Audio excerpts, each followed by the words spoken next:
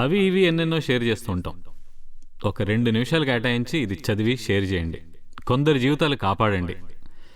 ఇలాంటి ఎమోషనల్ రిక్వెస్ట్లు సోషల్ మీడియాలో చాలా సందర్భాల్లో మనకు కనిపిస్తూ ఉంటాయండి. అలా చూసిన వెంటనే మనం ఏమనుకుంటాం, పోతే పోయిందిలే 2 నిమిషాలే కదా అని దాన్ని చదవడం మొదలు పెడతాం. కథ చాలా బాగుంటుంది. అది నిజమో అబద్ధమో కూడా మనకు తెలియదు. కానీ మనలో ఒక మానవత్వం పరిమళిస్తుంది. పరిమళించడం ఏంటండి బాబు, మానవత్వం పరిమళించే మంచి మనసుకు స్వాగతం అనే పాట కూడా మన చెవుల్లో గింగిరాలు తిరుగుతూ ఉంటుంది కూడా. ఇంకా మానవత్వం పరిమళించాక మనం ఆగుతామా చెప్పండి? టక్కీమని వెనక ముందు చూసుకోకుండా షేర్ చేసేస్తాం. షేర్ చేసిన వెంటనే పోన్లే ఒకళ్ళ జీవితానికి మంచి జరుగుతుందేమోలే అని సంతృప్తి కూడా పడతాం. ఇక్కడ ప్రధానమైన మూట ఏంటంటే, మనం షేర్ చేయడం వల్ల ఎవరి జీవితమో కాపాడబడుతోంది అన్న ఓ సానుభూతి. ఈ రోజు ఈ స్తోత్రం వినకపోతే మీకు అష్ట దరిద్రాలు పట్టినట్టే. దాని పక్కన 4 చుక్కలు. ఈ వీడియో చూడకపోతే మీలాంటి దౌర్భాగ్యుడు ఇంకొకటి ఎవ్వడు ఉండడు. దాని పక్కన ఇంకొక 5 చుక్కలు. అసలు పవన్ కళ్యాణ్ రాజకీయాల్లోకి ఎందుకు వచ్చాడంటే అంటూ ఒక 6 చుక్కలు. ఈ హాస్యానికి మీరు కడుపుబ్బా నవ్వి చచ్చిపోతారు, కావాలంటే మీరే అంటాడు, పక్కన 4 చుక్కలు పెడతాడు. అసలు అంత హాస్యానికి నిజంగా కడుపుబ్బి చచ్చిపోవడం అవసరమో చెప్పండి? అసలు అక్కడ ఏం జరుగుతోందో తెలియదు కానీ దుఃఖ సాగరంలో సినీ ప్రపంచం అంటాడు ఇంకొకడు. అంటే ఇది నిజంగా నాకు జరిగింది. ఆ టైటిల్ని చూసి అసలు ఏం జరిగింది, ఎక్కడో ఏదో షూటింగ్ జరిగిందేమో, దాంట్లో ఎవరైనా చనిపోయారేమో అని చెప్పి చూస్తే ఎప్పుడో 1984లోనో 85లోనో ఏదో ఒక తమిళ సినిమా తీశారట. తమిళ సినిమాలో అది భక్తికి సంబంధించిన సినిమానట.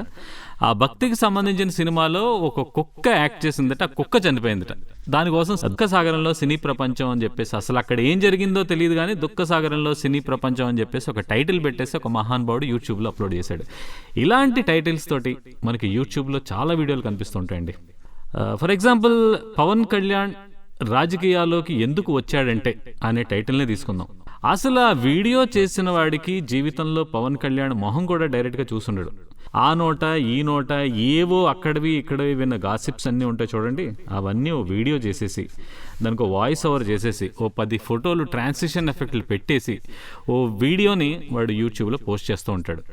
వీడే పవన్ కళ్యాణ్ మనసులోకి దూరి వెళ్ళి తొంగి చూసి వచ్చినంత డ్రామాటిక్గా కూడా చెప్పేస్తూ ఉంటాడు. అదేదో మనకు కూడా ఎలా అనిపిస్తుందంటే చాలా కావాల్సిన విషయమేమో అన్నట్టుగా మనందరం కూడా నోరెళ్ళబెట్టి చూస్తూ ఉంటాం.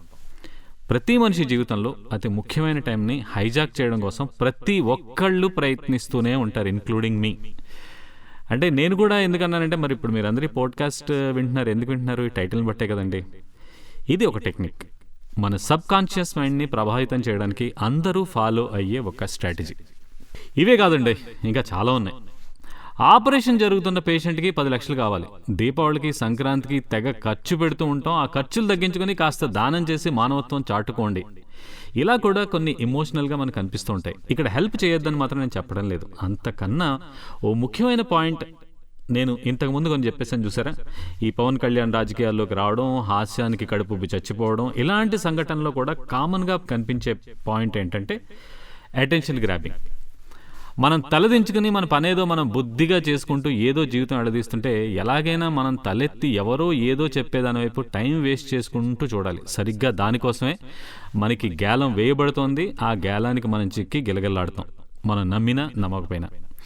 ఏదైనా సంఘటన గురించో లేదా ఏదైనా బాధ కలిగే విషయం గురించో మనం కనుక స్పందించకపోతే మనల్ని మానవత్వం లేని వ్యక్తులు అని ఒక లిస్టులో పెట్టేసి పెద్ద ఫోటోతో సహా అంటించేస్తారండి, నో డౌట్. అందరూ ఈ మాస్ హిస్టీరియాలో కొట్టుకుపోయే టాపిక్ మీద మనం ఏదో ఒకటి రాయకపోయినా, లేదంటే కనీసం ఒక చిన్న కమెంట్ అన్నా పెట్టకపోయినా సరే మనల్ని వేస్ట్ ఫెలోగా ట్రీట్ చేస్తూ ఉంటారు.